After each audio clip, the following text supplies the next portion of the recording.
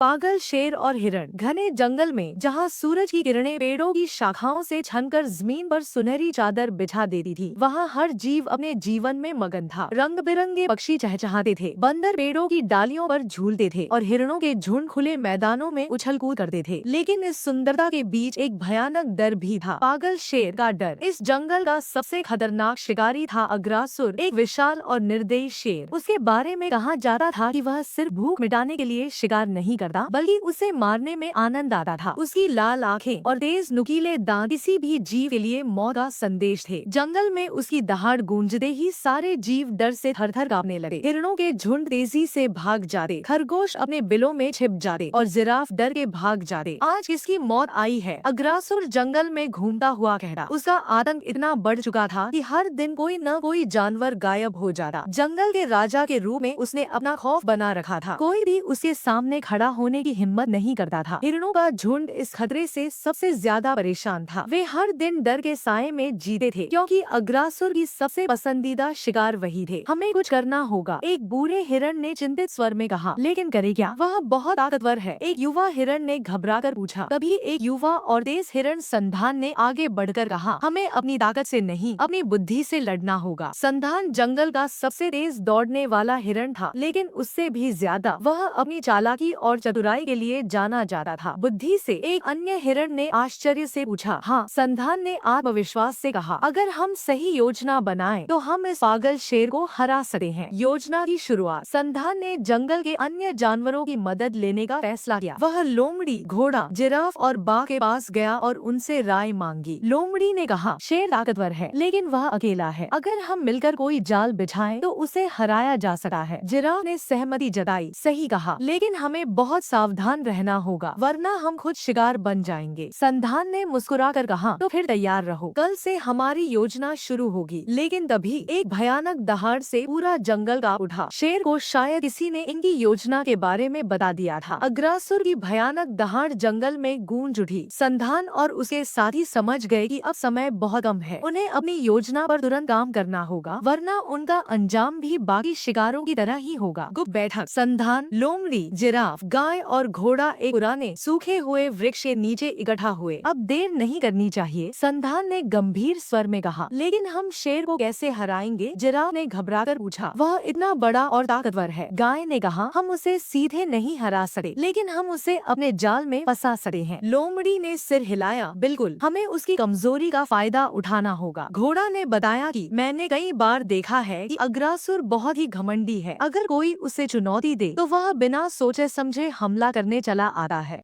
यानी अगर हम उसे उकसाएं, तो वह हमारी चाल में फंस सकता है। संधान ने जोश से कहा। लोमड़ी ने चतुराई से योजना बनानी शुरू की। हम एक गड्ढा खोदेंगे और उसे पत्तों से ढक देंगे। फिर संधान शेर को चिढ़ाकर उसकी ओर दौड़ेगा और ऐन वक्त पर छलांग लगाकर बच जाएगा और शेर सीधे गड्ढे में गिर जाएगा। गाय खुशी से चहकी। रात होते ही जंगल के कुछ जानवर मिलकर एक गहरा गड्ढा खोदने लगे। जिराफ और गाय पत्तियां और टहनियां इकट्ठा करने लगे ताकि गड्ढे को ढका जा सके। यह गड्ढा काफी गहरा है, अगर शेर इसमें गिरा तो बाहर नहीं निकल पाएगा, लोमड़ी ने संतोष से कहा। संधान ने गड्ढे को देखा और कहा, अब बस शेर को इसमें लाने की देर है। अगली सुबह संधान शेर के इलाके की ओर चला गया। उसका दिल तेजी से धड़क रहा था, लेकिन वह डर नहीं सकता था। जैसे ही वह वहां पहुंचा, उसने जोर से आवाज लगाई, अग्रासुर, तुम जंगल के सबसे ताकतवर शेर नहीं हो, तुम सिर्फ एक डरपोक हो जो कमजोर जानवरों को मारता है। शेर, जो अपने आरामगाह में था, यह सुनते ही भड़क उठा। गुर्र, तुमने मेरी ताकत पर सवाल उठाने की हिम्मत कैसे की? नन्हे हिरण, अगर तुम सच में ताकतवर हो तो मुझे पकड़ कर दिखाओ। संधान चिल्लाया और दौड़ने लगा। अग्रासुर गुस्से से गुर्राता हुआ उसके पीछे भागा। जंगल की जमीन कांपने लगी, लेकिन संधान की गति बिजली जैसी थी। गड्ढे के करीब पहुंचकर संधान ने पूरी ताकत से छलांग लगाई और दूसरी तरफ पहुंच गया। लेकिन शेर, जो गुस्से में था, अपनी रफ्तार नहीं रोक पाया और सीधे गड्ढे में जा गिरा। धड़ाम। अग्रासुर गड्ढे में गिरते ही जोर से चीखा, धोखा, मुझे धोखा दिया गया। संधान और उसके साथी गड्ढे के किनारे खड़े होकर मुस्कुरा रहे थे। अग्रासुर के गड्ढे में गिरते ही जंगल के सभी जानवर खुशी से चिल्लाने लगे। पहली बार उन्होंने खुद को सुरक्षित महसूस किया, लेकिन संधान जानता था कि अभी जश्न मनाने का समय नहीं था। गड्ढे के अंदर से शेर की गूंजती हुई गर्जना सुनाई दी।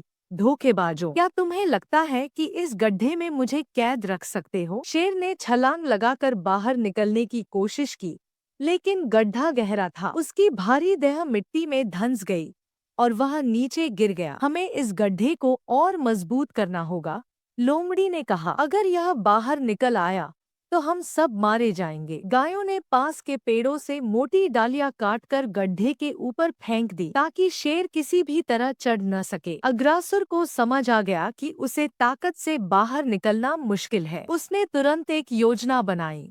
वह चुपचाप बैठ गया और धीरे धीरे कराहने लगा, मुझे माफ कर दो, मैं अब पहले जैसा नहीं रहूंगा। मुझे बाहर निकालो, मैं वादा करता हूँ कि अब कभी किसी को नुकसान नहीं पहुंचाऊंगा। जिराफ ने संधान की ओर देखा। शायद यह सच कह रहा हो, लेकिन लोमड़ी ने सिर हिलाया। नहीं, यह हमें धोखा दे रहा है। पंछी ऊपर से देख रहा था। उसने गड्ढे में झांका और कहा, यह सिर्फ नाटक कर रहा है। अभी भी इसकी आंखों में वही क्रूरता है। संधान ने गहरी सांस ली और बोला, हम इसे बाहर नहीं निकाल सकते। हमें जंगल के बाकी जानवरों को बताना होगा कि शेर अब हमारे काबू में है। लेकिन तभी हवा में एक अलग तरह की सरसराहट सुनाई दी। झाड़ियों के पीछे कुछ हलचल हुई। यह क्या है? बंदर ने फुसफुसाया। अचानक झाड़ियों से 3 तेंदुए बाहर निकले। उनकी आंखों में भूख चमक रही थी। लगता है कि जंगल के राजा की गद्दी खाली हो गई है। उनमें से एक ने गुर्राकर कहा, अब यह जंगल हमारा होगा। दूसरे तेंदुए ने कहा और सीधा हिरणों की ओर झपटा। जंगल में फैली खुशी कुछ ही पलों में डर में बदल गई। झाड़ियों से निकले 3 तेंदुओं की आंखों में चमकती भूख और क्रूरता साफ दिख रही थी। अग्रासुर के बिना यह जंगल हमारा होगा, सबसे बड़े तेंदुए वरजांग ने गुर्राकर कहा। लोमड़ी ने चिंतित होकर फुसफुसाया, हमने शेर से तो छुटकारा पा लिया, लेकिन अब तेंदुओं का खतरा आ गया। भागने का कोई रास्ता नहीं। संधान ने तुरंत चारों ओर देखा। गड्ढे के एक ओर शेर था और दूसरी ओर तेंदुओं का झुंड। भागने का कोई सीधा रास्ता नहीं बचा था। हमें मिलकर लड़ना होगा, जिराफ चिल्लाया। लेकिन हम इन ताकतवर तेंदुओं से कैसे लड़ेंगे?